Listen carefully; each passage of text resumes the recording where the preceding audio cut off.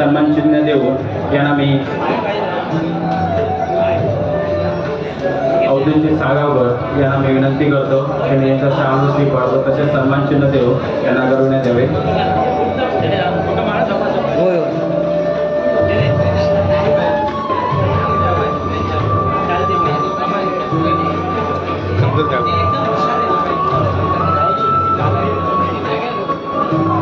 तसेच मी अमित नाईक यांनाही विनंती करतो त्यांनी व्यासपीठावर जाऊन दोन्ही आपल्या 2 दिवसीय भजन स्पर्धेसाठी आपल्या परीक्षक यांना शाल वस्ती पडव सन्मान चिन्ह देऊन सत्कार करण्यात आहे. सर्वांनी टाळ्या वाजवून त्यांचं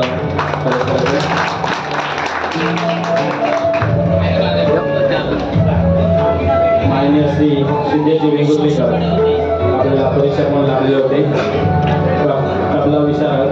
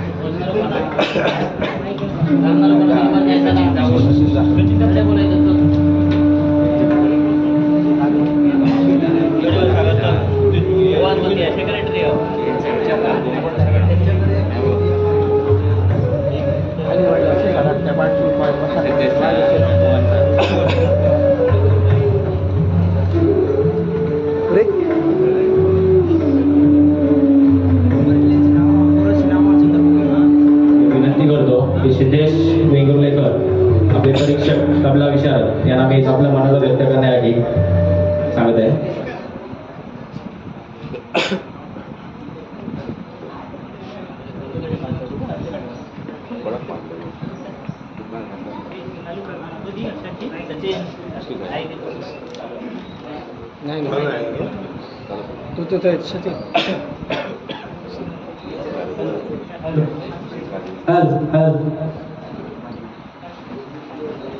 हॅलो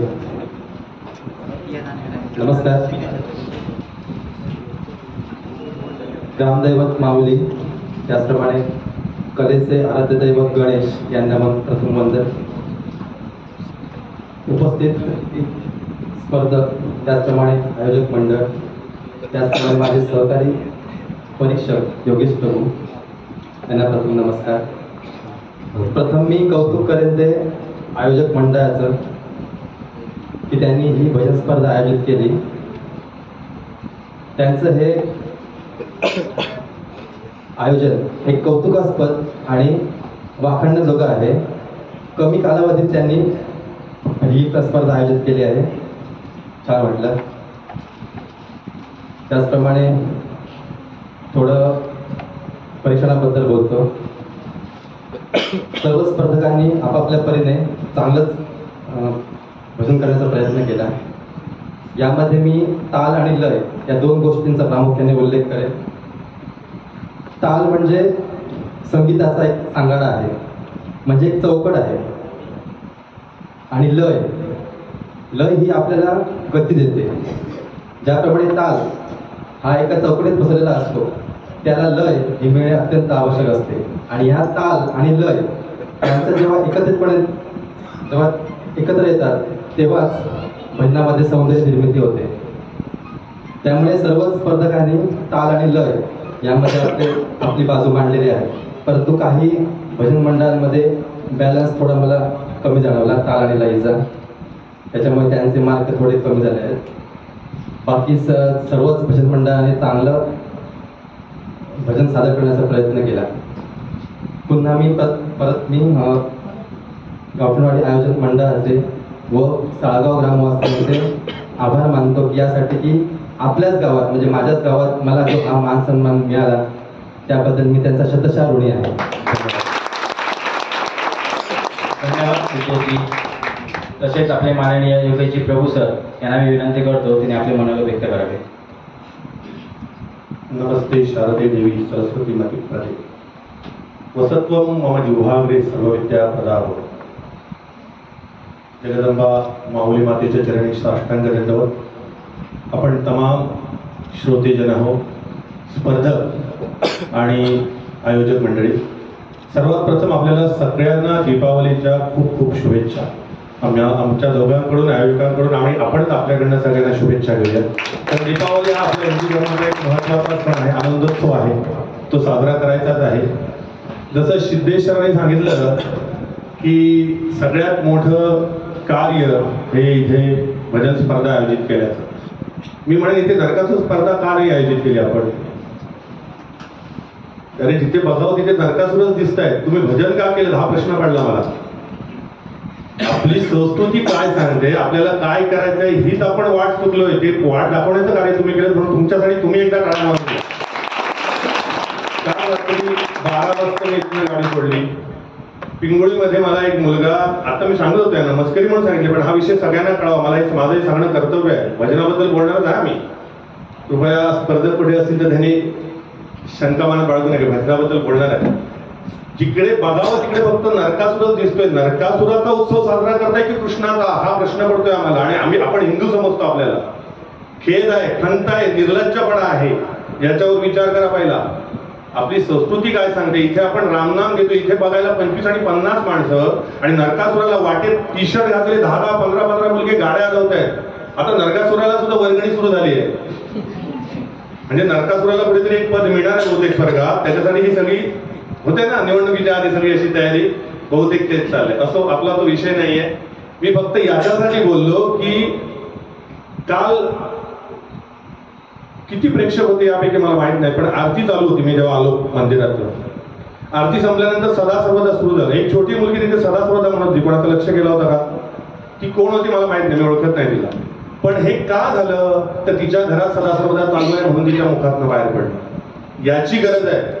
याची गरज आहे आपल्या प्रत्येक हिंदू धर्मातल्या जन्मलेल्या अर्भकाला म्हणतो मी, बाळाला नाही, ज्याला काहीही कळत नाही त्याच्या कानात सुद्धा रामनाम पडण्याची आज गरज आहे. तर आपण टिकून राहू याचा विचार करा. आणि हे कार्य अतिशय महत्वाचं आहे.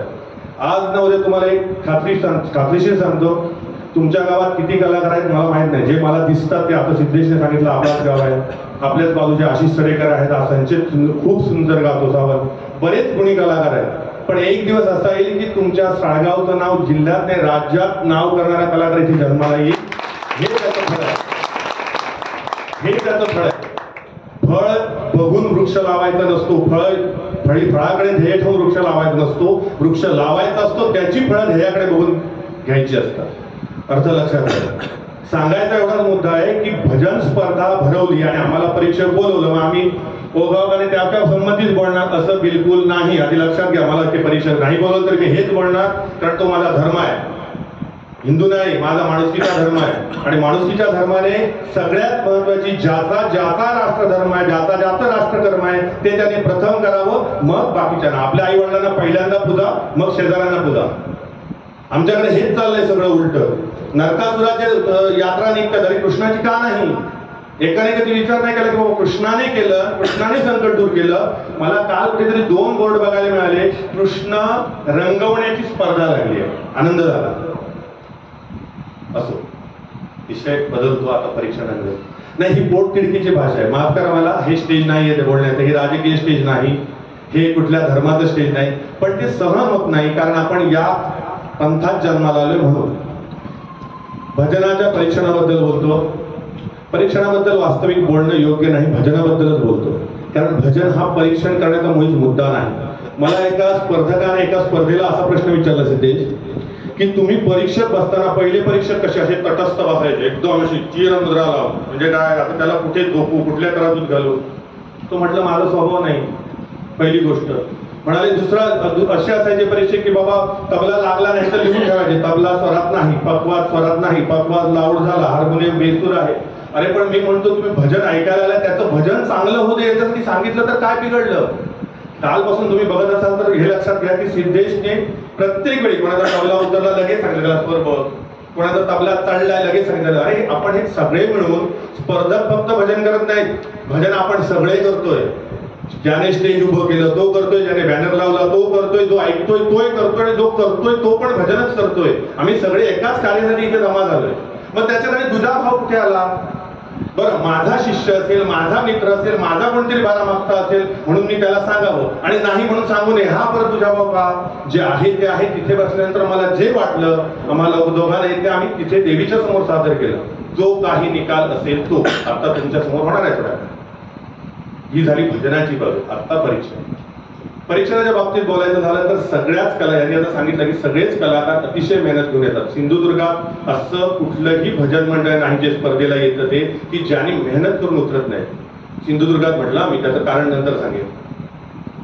सिंधुदुर्गात 2 भजन पद्धती चालतात, एक गोव्याची आणि एक आपली आहे. सिंधुदुर्गातच ती पण ती गोवांची भजन पद्धती आहे. त्याचा मला विरोध नाही आहे, पण त्यांची संगती आहे, त्यांची पद्धती आहे ती एक ठराविक लेवलने चालते, ठराविक काटकोनात चालते. पण आपली तशी चालत नाही. आपल्याकडे प्रत्येक वेळी, प्रत्येक वर्षी, प्रत्येक स्पर्धा नवीन काहीतरी सादर करतो, त्यांच्याकडे ते केलं जात नाही. म्हणून म्हटलं मी सिंधुदुर्ग पद्धती.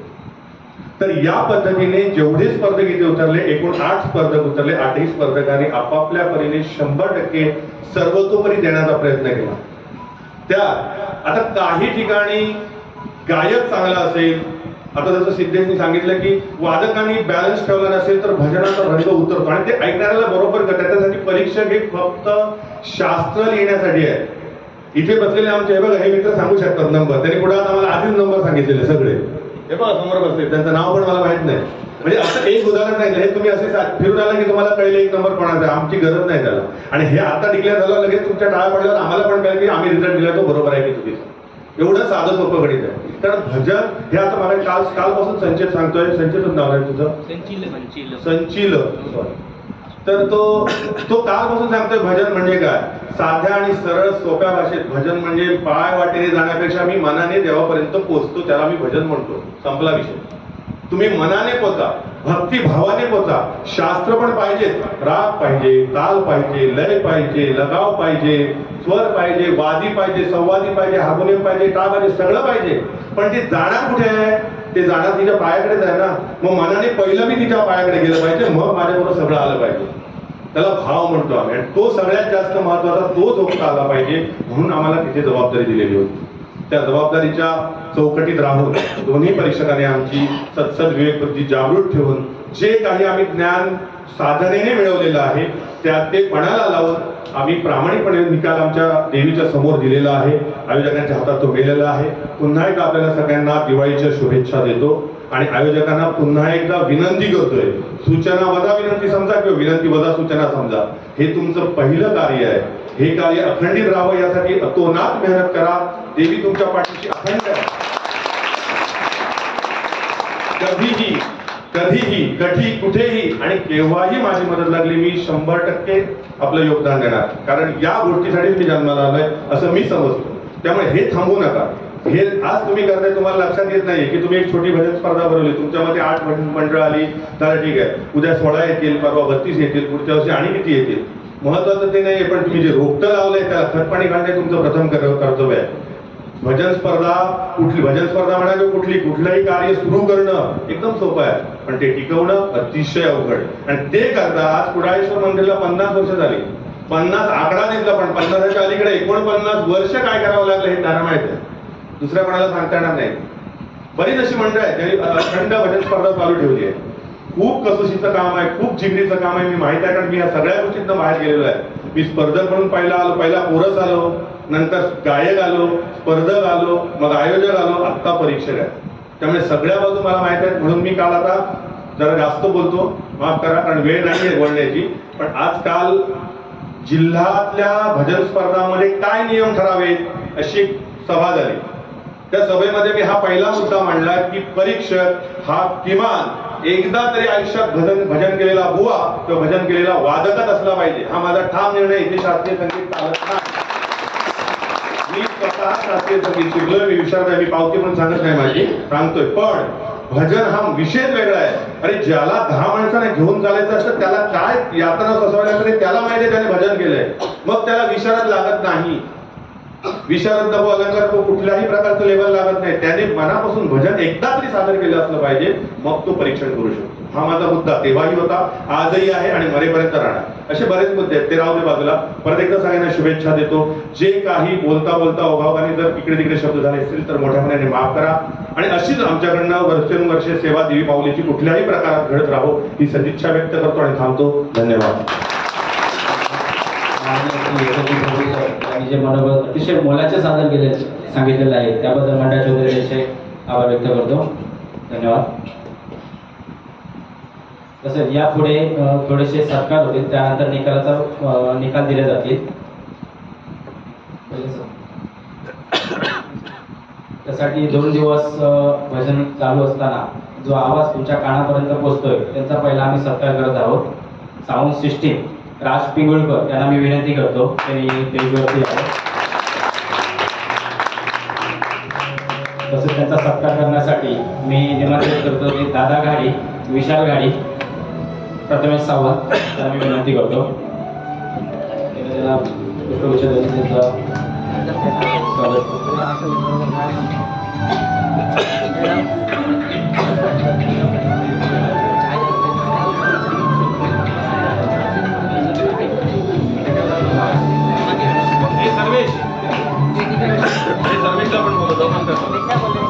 साऊंड सिस्टीम मध्ये सर्वांनी यावे विनंती.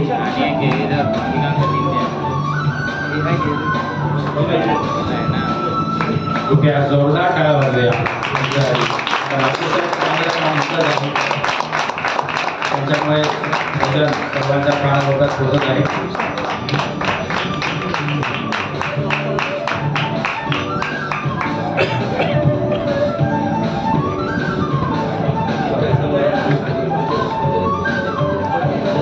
धन्यवाद राज पिंगुळकर यांची टीम.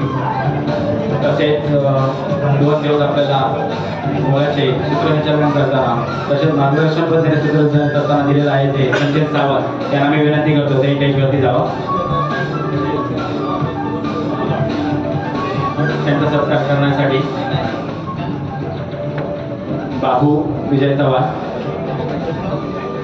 वासुदेव मेस्त्री यांनाही विनंती करतो. तसेच उमेश गायचोर यांनाही विनंती करतो.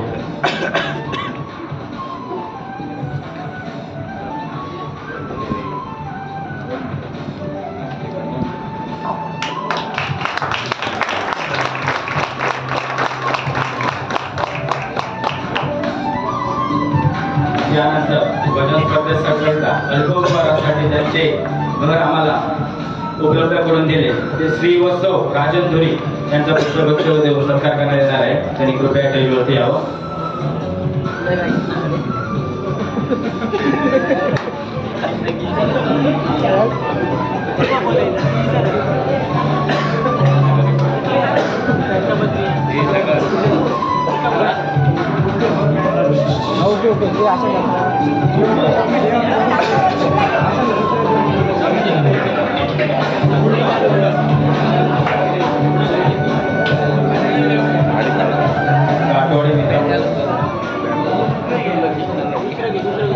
गाठवाडी मित्रमंडळ साळवा आयोजित निमंत्रित भजन स्पर्धा 2025 करिता श्री देवी मावळी मंदिर येथे व्यासपीठ उपलब्ध करून दिले त्याबद्दल गावातील सर्व ग्रामस्थांचे गाठवाडी मित्रमंडळाकडून मनापासून आभार व धन्यवाद व्यक्त करतो. त्याकरिता थोडे कसे म्हणजे आपल्याला जे उपलब्ध करून दिलेले आहे मानकरी असे त्यांना मी स्टेजवरती बोलवत आहे.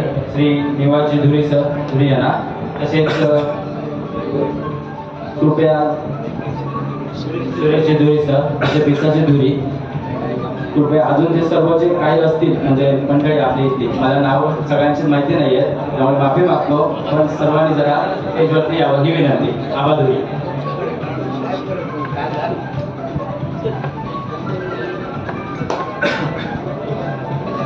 कृपया सर्वांनी स्टेजवरती यावं.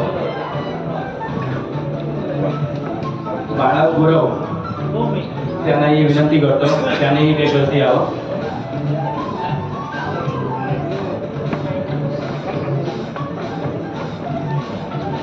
तसेच उमेश धुरी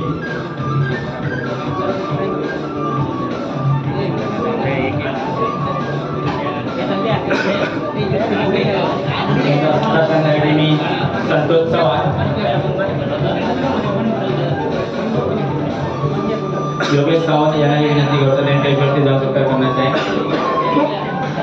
अरविंद सावंत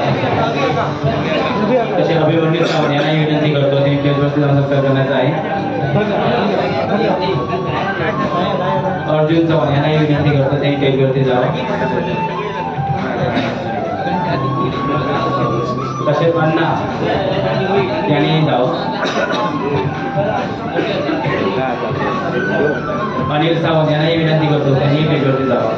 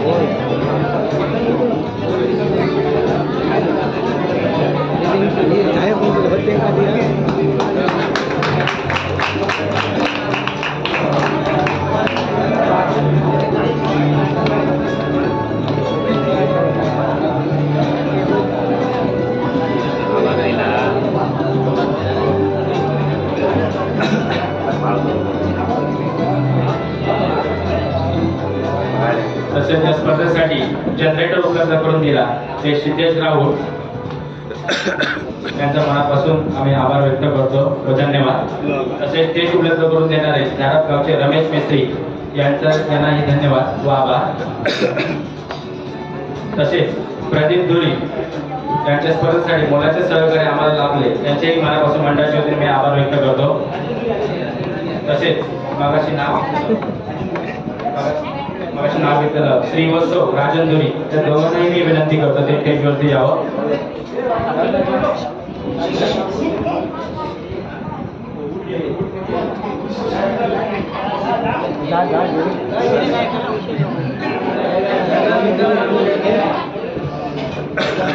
त्यांचा सत्कार करण्यासाठी मी सागर सावंत, किरण सावंत, बाबाजी सावंत यांना विनंती करतो.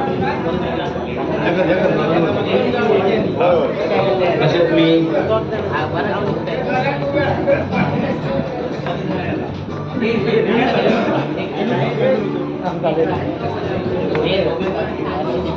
गोगल काकी व सावंत काकी यांना विनंती करतो.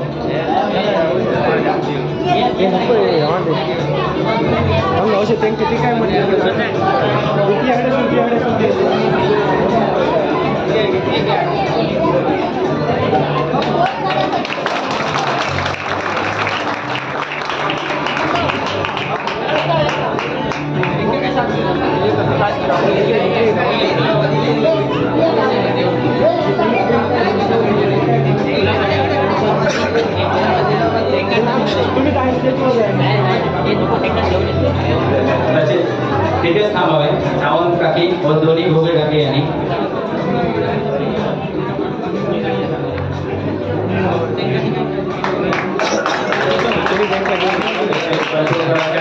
मदत केलेली आहे.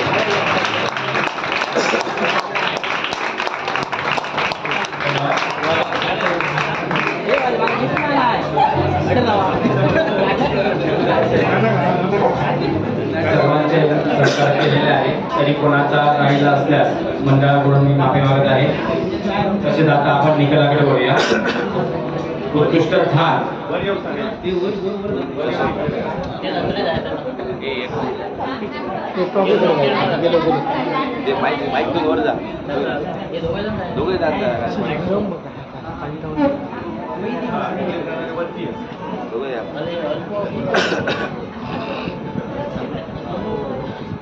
उत्कृष्ट झाड काव्या पारकर ब्राह्मण देव प्रसादी भजन मंडळ पावशी काव्या पवार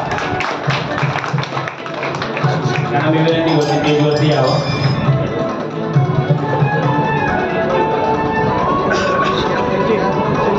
हे बक्षीस पुरस्कृत करण्यासाठी मी श्री नाना केळुसकर यांना व्यासपीठावर येण्याची विनंती करतो.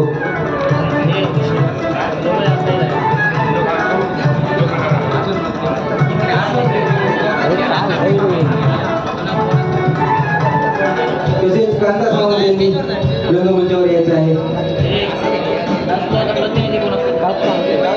काव्या पवार सचिन जर नसेल तर प्रतिनिधी या बक्षीस स्वीकारण्यासाठी.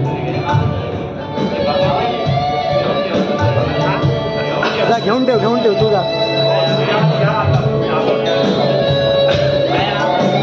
नाही कोणीतरी घेऊन ठेव.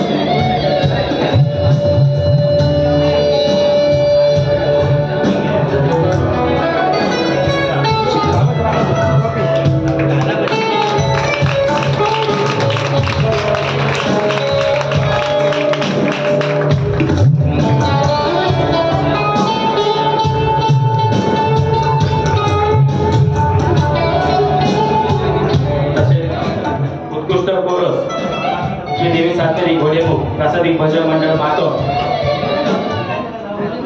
हे बक्षीस पुरस्कृत करण्यासाठी मी विनंती करतो श्रीमान राजेश कार्यकर यांना. त्यांनी व्यासपीठावर येऊन बक्षीस सुपूर्द करायचं आहे.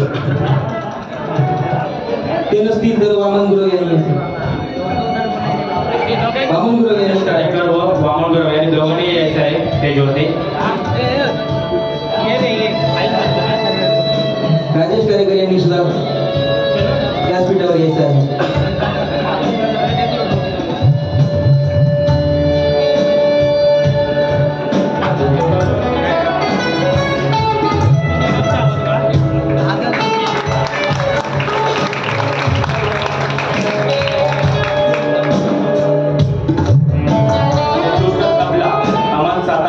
साई कोटेश्वर भजन मंडळ पिंगोळी यांना ही विनंती करतो स्टेजवरती यावं. हे बक्षीस पुरस्कृत करण्यासाठी आमचे परीक्षक उत्कृष्ट तबलावादक सन्माननीय श्री सिद्धेश वेंगुर्लेकर सर यांना विनंती करतो. आणि तसेच उत्कृष्ट गायक सन्माननीय श्री योगेश जी प्रभू यांनाही विनंती आहे उत्कृष्ट तबला वादक यांचा सन्मान करावा.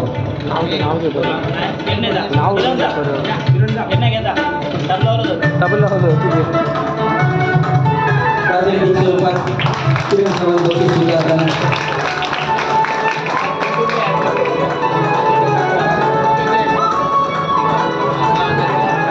तसे उत्कृष्ट पकवास श्री आबा मेस्त्री रामकृष्णाजी भजन मंडळ. हे बक्षीस पुरस्कृत करण्यासाठी श्री संतोष गावडे यांना मी व्यासपीठावर बोलवू इच्छितो. बरोबर शुभम चव्हाण यांनी यायचं आहे. तसेच साहिल सावंत यांनी सुद्धा जायचं आहे.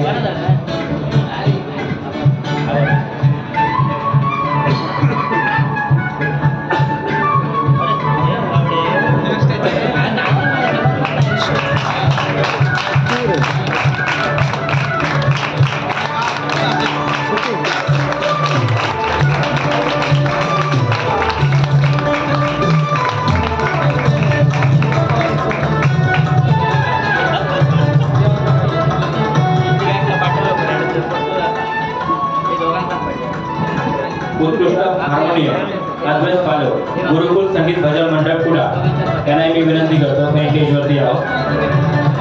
हे पारितोषिक पुरस्कृत करण्यासाठी आपल्या गावठणवाडीतील उत्कृष्ट पकवादक श्री वासुदेव मिस्त्री यांना मी विनंती करतो. श्री वासुदेव मिस्त्री यांनी व्यासपीठावर यायचं आहे.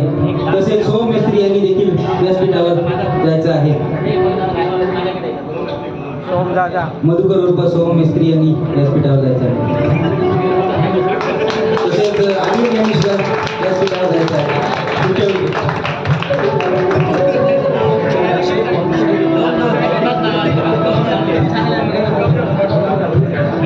उत्कृष्ट गायक श्री गौरव राऊत समाधी पुरुष भजन मंडळ मळगाव यांना मी विनंती करतो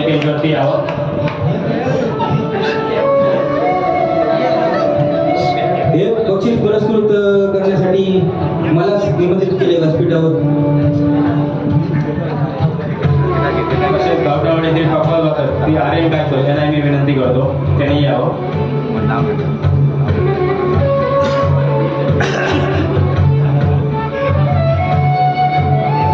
श्री गौरांगराव सामाजिक पुरुष भजन मंडळ मळगाव.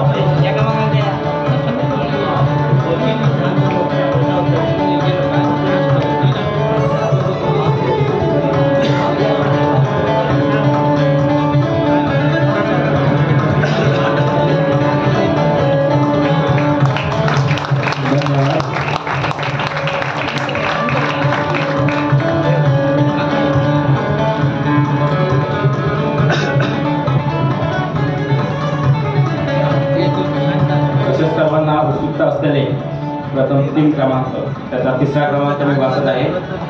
सामाजिक पुरुष भजन मंडळ मळगाव याचा 2रा क्रमांक आलेला आहे. त्यांनी त्याच्यावरती यावं ही विनंती. ते बक्षीस पुरस्कृत केलं होतं ते राधाकृष्ण चव्हाण यांनी. तरी मी आमचे ज्येष्ठ व्यक्ती सन्माननीय श्री अर्जुन चव्हाण यांना विनंती करतो त्यांनी व्यासपीठावर जाऊन बक्षीस सुपूर्द करायचं आहे. तसेच राधाकृष्ण चव्हाण यांनी देखील व्यासपीठावर यायचं आहे.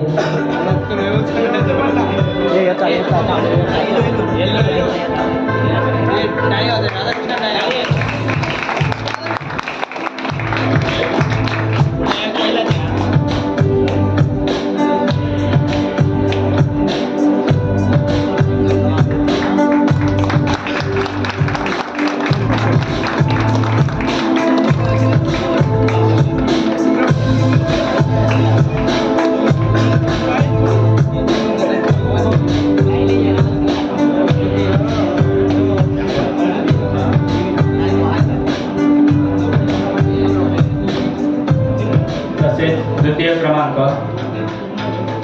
रामकृष्ण हरी महिला भजन मंडळ तेंडोली.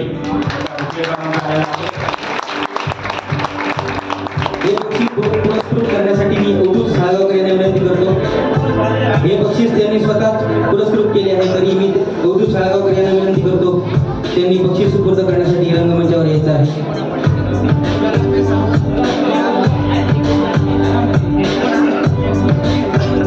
तसेच सुनील सावंत यांना विनंती आहे त्यांनी देखील व्यासपीठावर यायचं आहे.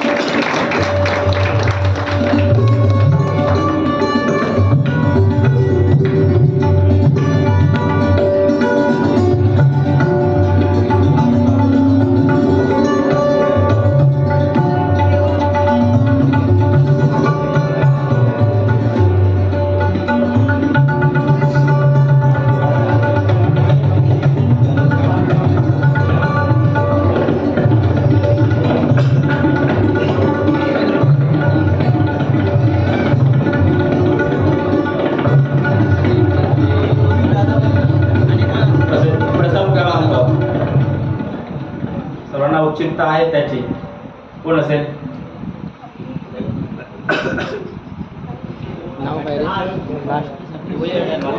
प्रथम क्रमांक आलेला आहे रवनाथ प्रासादिक भजन मंडळ गोडगे.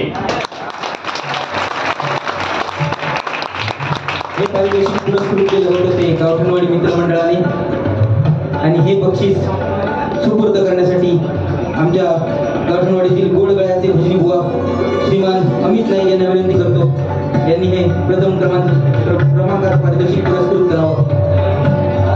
व अमित नाईक यांना विनंती आहे व्यासपीठावर जायचं आहे.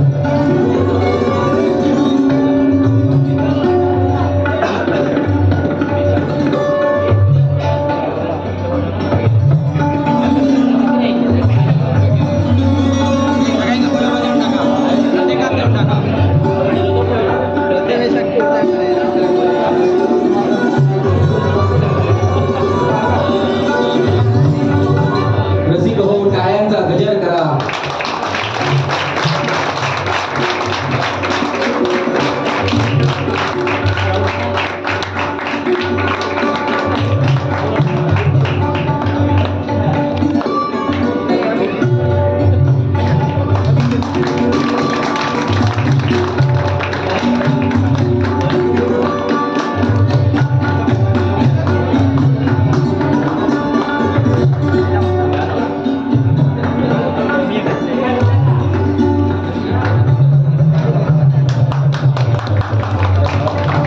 प्रथम क्रमांकाने रवणाथ प्रासादिक भाषा मंडळ बोडगे त्यातला स्पर्धेमध्ये एका कोणीतरी मनोगत व्यक्त करायची विनंती करत आहे. त्यांना कोणीतरी एकाने मनोगत आपल्या व्यक्त करावे ही विनंती. त्याला माझा मी काढून घेते.